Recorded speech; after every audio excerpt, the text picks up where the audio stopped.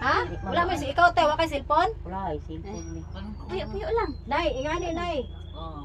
Imo yung isurrender sa Ginoo ang tanan.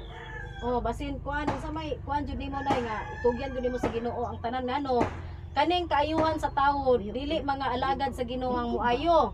Kami mga instrumento lang may gigamit sa Ginoo, pero ang tinuod nga kaayuhan nagikan diha sa imong pagtuo nga nisalig yung ka sa Ginoo o kanang wa jud kay gitipigan sa imong kinabuhi. Amen. So ang lang inani bitaw so tiyata mo kanang mo ayaw mo katingala ha, dili ra ba mo ma-open sa akong ingon.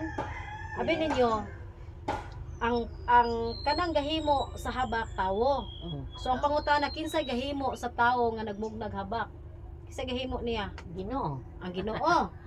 So ang Ginoo ang gahimo niya kung kuan siya kinabuhi sa Ginoo igsuon, impas imong habak. Usa pa Madala ba? pa. Oh, wala na to. Madala. Kaya nang kapastura. Gahom sa kalibutan, wala na ikaligut-gutan. Panglabay ra to. Ikaligut-gutan na sa Ginoo. Oh, malingkod ko ang Ginoo. Ikaligut-gutan na sa Ginoo. Ang gusto sa Ginoo nga moalagad jud ka sa iya.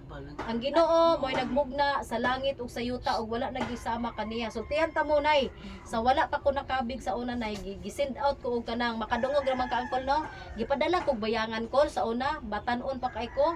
Akong edad 23, ay bayangan. Aligway Island at Bangs Dipolog na ako'y habak.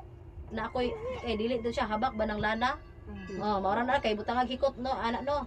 Nya kato, karon kay gidadala ra man ako to, wala man to nako gibutang dire. Pagkabig nako sa Ginoo. Street gyud na nay akong una diha sa Ginoo, niingon jud ko nga Ginoo, anak ko, batan-on pa man gyud kay ko ato ni anak ko. Ginoo, kung kaning uso manghilugod diha ng isla, ingon ko Ginoo.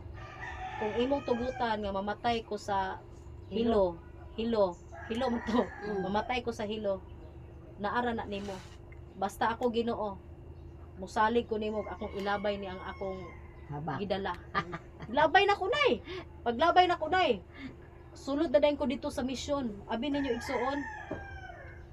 Taga-adto na mo sa mga dapit, niingon sila. In-short ha, ako lang nang idritso para dali ta mahuman.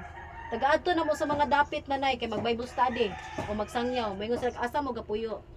Moingon may ilang nanay Marita mo sa mga anak man sila. Taga-abot na mo nan asa mo gapuyo.